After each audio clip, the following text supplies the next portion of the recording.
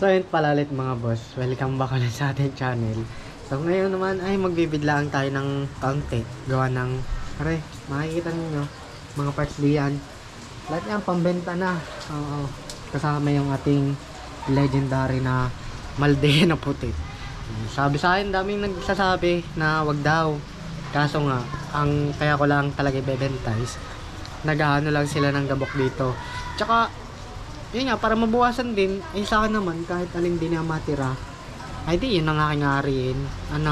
Tsaka, tsaka may hinahabol din pala ako mga boss na, na bike parts. Yan. Tsaka baklas na, arin yung ating Hydra.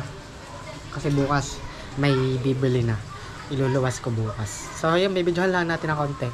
Tsaka arin din pala may aring saddle, may bibili na bukas. So, yan. Ang ating mga pambenta. Din mga boss, yung ating Atomic. Yan ay nakalista din yan. Teka, kadilim. Nakalista din are. Ay kaya lang maraming gustong bumili. Kaya lang kalalayo ay 3K na nga lang. Sabi ko sa malapit ko na ibibigay sa taga dining malapit na pick up. Yan. Atomic, makalit lang din ngayon nag-aayos ng bahay. Yan, kahit na yung crankset binibenta ko din. Yan, yung frame set niyan, yung crankset, yan binibenta ko din yun. Ngayon, marami nagchat-chat, marami nag-ano, kaso taga malalayo. So rin may mga maliliit na parts na for sale din ako kasi naiipon talaga. So nagbabawas ako para yung pera naman is magamit din. Kasi may paglalaanan din ako ng pera. Tsaka yan, mga small parts for sale din. Nakalatag doon sa pamaya ko ulit ipapakita. So yan, okay naman. Kakabuo ko lang na rin kanina. So nakailang palit pa ako nung interior. Kasi nasira. So ito mukhang okay naman. Kasi ito na yung TPU. Yung ride now. Diba? Iba yung valve niya. Clear. So, kinabit ko lang, pinalta ko lang gulong, yung GP4K yung kinabit natin din. So, naka-PP Comet. Ito, yung ating legendary Atomic din. Sa lahat ng lista ng frame set, dun sa 4 na frame, dito yung pinakamaraming nagtatanong talaga, tsaka nagko-comment. Ang daming gustong bumili, kaso isa naman to, tsaka taga malalayo pa yung karamihan nagko-comment. Kaya, syempre, inudyo ko din mga tropa ko, sabi ko, sila na kumuha. Kasi para hindi na sa iba mapunta pa. Kasi okay pa naman to Kaya nga binebenta ko din yung mga frame set. Mga frame is para may matira. Kung ano yung matira, yun yung aking gagamitin. Yan. Yan, Uno 110. Yan, palit lang natin ng bar tip na nakaraan. Yan. Magandang hawakan yan.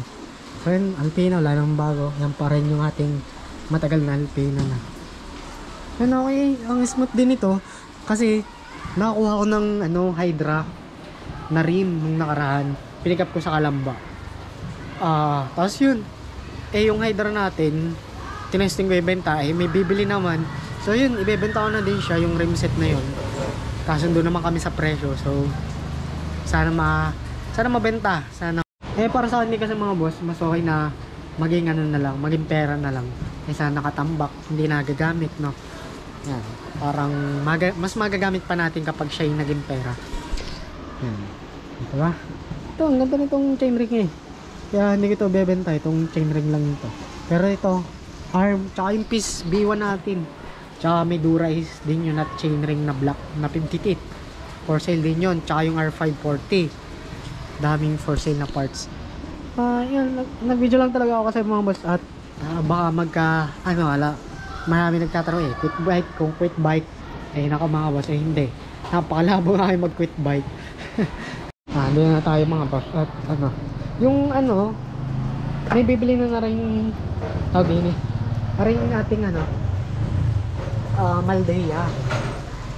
May bibili na niyan. Ang bibili niyan kaibigan ko din, talagang hanggat maaari sa kaibigan ko binibigay para at least nila kung may time man na mabili ko ulit is bibiling ko na lang. And yun yung rim, yung Hydra 24 holes. Nakakita po ako sa marketplace ng ganun. Syempre, binili ko din kasi 2K lang. Ang mura nun sa 2K. Tapos yung condition naman okay na okay pa. So yan, ito yung Hydra natin na 2428. Kasundo kami ni buyer na ring set, tapos previous ko na lang yung inner tube. Yan, 2428, pillar spokes, Novatec low na hub. Fix yon. Tsaka yung isang thread doon hindi ko ginagamit. Kasi ang ginagawa ko doon, tinatanggal ko yung cog kapag nagpapalit ako. Yun yung aking ginagamit. Tapos at pati yung ating propel kit. For sale na din yan. Dura-Ace R54. Tsaka itong ating lumang helmet. For sale na din. Itong dapat may bibili nitong Pioneer. Kaso, hindi kami magkasundo. Ito kasi yung puti. Malaya, mabibenta na sa aking kaibigan. Kay Stephen, yun. Shoutout kay Stephen. May libre pang shoutout pagbili mo ng frame. Kasi matagal na din niya ito gusto. Kaya ako naman, parang tagal ko nang huling nagamit ito. Simula nung ako'y nagka-atomic, hindi ko na siya masyadong nagamit. Kasi nakaupo lang siya dito sa may garage. Siyempre, malaki-laki din ng, kumaga marami din kami pinagsamahan ng frame na to. Marami din tulong yan sa akin. Siyempre nga, hindi ko na siya masyadong masakyan. Kasi naano na ako sa mga alley. Yan. Okay pa naman yun. Yun, marami din talaga na nagsasabi na wag ibenta, wag mag-quit. Well, hindi naman talaga ako mag-quit. Pero sa ibenta, baka ibebenta ko na. Kasi, nasold na yan babayaran na ako dyan. Ayan. Tapos sadyang quick bid lang para may paliwanag spot yung PSB1, tapos may Dura-Ace pa doon chain link. Okay pa yan. Yan, mga small parts. Kahapon nakasold ako ng Uno stem. 130mm negative 17. Nabenta ko ng 500. Yung Uno na yung galing yung swap lang din. So yan. Mamaya ko na lang yan. Lalagyan ko ng bubble wrap.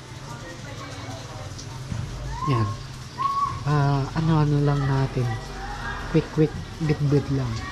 Quick vid lang. Yan.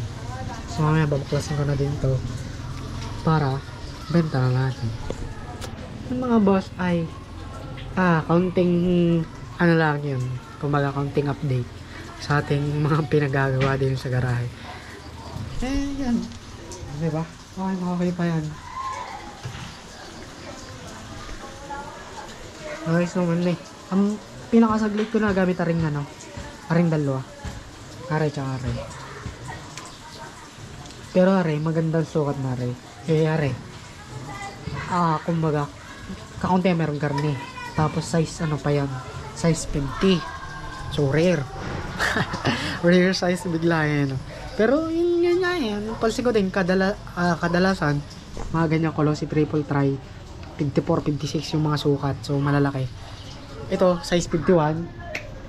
Okay na ako sa akin. Bali yung mga boss, sadyang quick vid. Ang ng araw. Ma-orange yung lang. So yun, sadyang quick vid lang, sadya.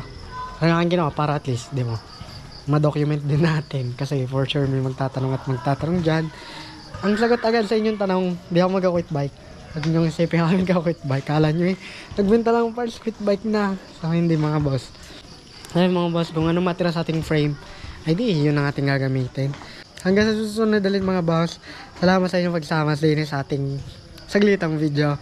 Ingat kayo palagi mga boss. Stay safe and peace.